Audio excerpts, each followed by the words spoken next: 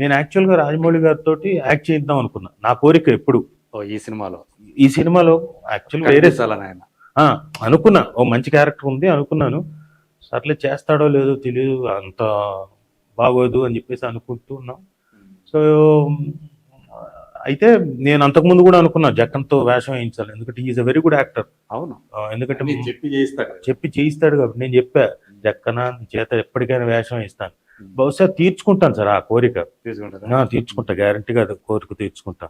మీకెందుకని అంటే విక్రమార్కుడు వరకు మంచి క్యారెక్టర్లు ఇచ్చాడు కదా మీకు, తర్వాత ఎందుకని మీకు సరైన క్యారెక్టర్లు బాహుబలి ఇవ్వలేదు? బాహుబలి ఉంది RRR లో ఏమో చిన్న ఏదో మొదట్లో కనిపించి చిన్నదేదో ఒక అంటే మెయిన్ ఇంపార్టెంట్ క్యారెక్టర్ కదా సార్, హీరోని ఎలివేట్ చేసే క్యారెక్టర్ కదా, అది కూడా ఇంపార్టెంటే కదా. అంటే హీరో క్యారెక్టర్ గురించి చెప్పేది కాబట్టి జూనియర్ ఎన్టీఆర్ క్యారెక్టర్ గురించి ఈవెన్ బాహుబలి ఉండింది. అయితే నాకు అప్పుడు చిన్న సినిమా ఒకటి చేస్తున్నా, దానికి డేట్లు ఇచ్చేస్తున్నా ఆల్రెడీ. అందులో పెద్ద పెద్ద అంటే నటులు వాళ్ళంతా, కమెడియన్స్ వాళ్ళంతా బాగా బిజీగా ఉన్న కమెడియన్స్ అంతా, వాళ్ళు దాదాపుగా 8-9 మంది ఒకేసారి కలిసి చేయాలి, వాళ్ళు డేట్లు ఇచ్చి ఉన్నారు. నేను ఒక 3 రోజులు అటు వెళ్తే ఇదంతా ప్రాబ్లం అవుతుంది. మా ప్రొడ్యూసర్ ప్రసాద్ చౌదరి గారు అని ఆయన ప్లస్ వెంకట్ గారు డైరెక్టర్, పర్లేదండి మీరు వెళ్ళండి, బాహుబలి లాంటి సినిమాకి వచ్చింది కదా, మేము అడ్జస్ట్ చేస్తా ఉన్నారు. అవునా సరే అన్నాను. అన్న తర్వాత వీళ్ళు ఏం చేశారంటే మళ్ళీ సార్ మండే ఒక్కరోజు హాఫ్ డే చేసి ఇక్కడి నుంచి వెళ్ళండి సార్ అన్నారు.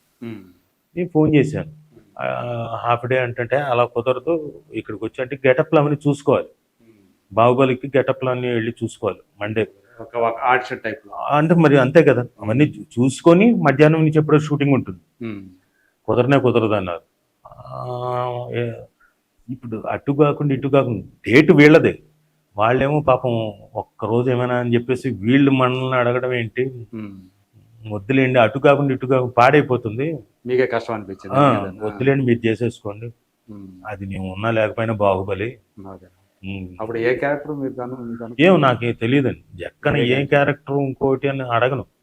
ఇప్పుడు మీరు అన్నారు అదేంటి చిన్న క్యారెక్టర్, ఇంకా చిన్న క్యారెక్టర్ అయినా చేస్తా, పట్టుడు వేషం అయినా చేస్తాను రాజమౌళి సినిమాలో, అంటే చేస్తా ఖచ్చితంగా. నువ్వు ఇప్పుడు స్టూడెంట్ నెంబర్ 1 లాంటి సినిమా ఇచ్చి ఏది నేను టీవీ సీరియల్స్ లో బాగా బిజీగా ఉండగా నన్ను అక్కడి నుంచి తీసుకొచ్చి సినిమాల్లోకి, అందరికీ సినిమాల్లోకి రావాలంటుందిగా అల్టిమేట్ గా. అప్పుడు నేను సినిమాలు చేసున్నా, ఎప్పుడు 91 నుంచి చేస్తూనే ఉన్నా, కానీ నా వయసుకు తగ్గట్టుగా ఏవో అప్పుడప్పుడు అడపాదడప వచ్చిన పాత్రలు చేస్తూ వచ్చారు. ఈవీవి సత్యనారాయణ గారు నాకు చాలా మంచి వేషం ఇచ్చారు కన్యాదానంలో, పెద్ద హిట్. కానీ వయసు అటు ఇటు కాదుగా, అలాంటి క్యారెక్టర్లు ఏదైనా వస్తే చేయాలి. అప్పుడు నాకేదో ఈ అనుభవం, చేదు అనుభవం ఎదురై ఎందుకు సినిమా ఆఫీసు చుట్టూ తిరిగి అవమానపడ్డాం అని చెప్పేసి నేను టోటల్ గా టీవీ మీదకి వెళ్ళిపోయాను, కాన్సన్ట్రేషన్ ఫుల్ బిజీగా ఉన్నా. తిరగడం తప్పుగా సార్, తిరుగుతున్నప్పుడు అక్కడి నుంచి వచ్చే సమాధానం కానీ అక్కడి నుంచి వచ్చే ట్రీట్మెంట్ కానివ్వండి, అది ఎక్కడో తగులుతుంది కదా, వద్దులే నాకు అని చెప్పేసి.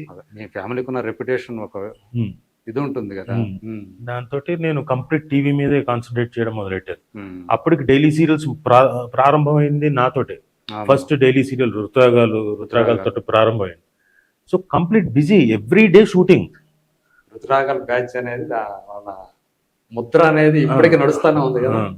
సో రుతురాగాలు ఓ పక్కన కస్తూరి, ఇంకో పక్కన ఈటీవీలో చదరంగం, పద్మవ్యూహం, మళ్ళీ ఇక్కడ చూస్తేనేమో దూరదర్శన్లో 3 సీరియల్స్, మధ్యాహ్నం రుతురాగాలు కాకుండా ఇంకో 2 డైలీ సీరియల్స్, సిటీ కేబుల్లో ఒక డైలీ సీరియల్, ఒక రకంగా బుల్లితెర మీద ఒక మంచి చాలా పాపులర్ ఫిగర్, చాలా బిజీగా అసలు ఖాళీ లేకుండా చేస్తున్నా.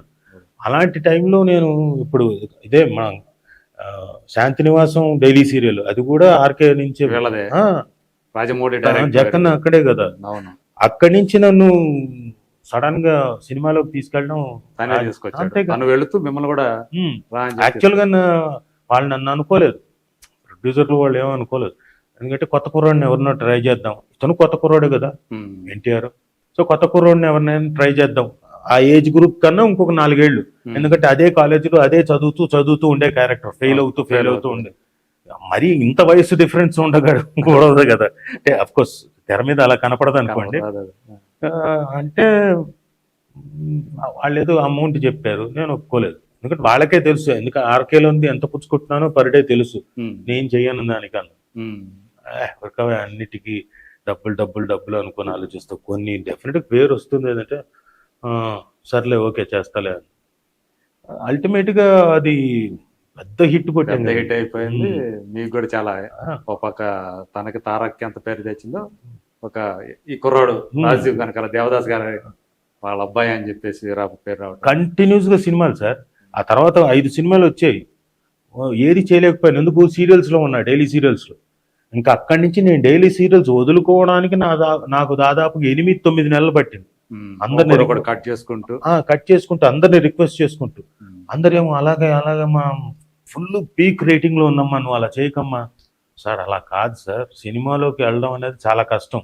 ఆఫర్లు ఇప్పుడు వస్తున్న టైంలో ఇప్పుడు 5 సినిమాలు వదిలేసాను సార్, ప్లీజ్ సార్ అని అందరినీ రిక్వెస్ట్ చేసుకుంటూ, వాళ్ళు కూడా కరెక్టే కదా అని ఆలోచించి, అయితే ఒకేసారి వదులుకోలేరు కదా, నెమ్మదిగా చేసుకుంటూ అల్టిమేట్ గా నన్ను వదిలేసరికి నాకు వేషాలు రాలేదు. ఇదేంటిది అనుకున్న టైంలో వేషాలు వచ్చాయి, ఇప్పుడేమో కట్ చేసుకుంటే వేషాలు రావట్లేదు. నాకేమో ఫిల్మ్ ఇండస్ట్రీలో నాకేమి ఎటు వెళ్ళి ఎవరి దగ్గర ఎలా పిఆర్ చేయాలి, ఎలా మెయింటైన్ చేయాలి ఇవి తెలియవు. ఏంటి పరిస్థితి అనుకున్న టైంలో ఆది వచ్చింది, ఆది చేశాను వినాయక్ గారిది, అది పెద్ద హిట్. దాంతో ఈ లోపల తారక్ ఏం చేశాడంటే నాకు నాగా చేసి రత్నం గారి సినిమా రాజా చేయాలన్నాడు. సో నాకు అది పెద్ద క్యారెక్టర్.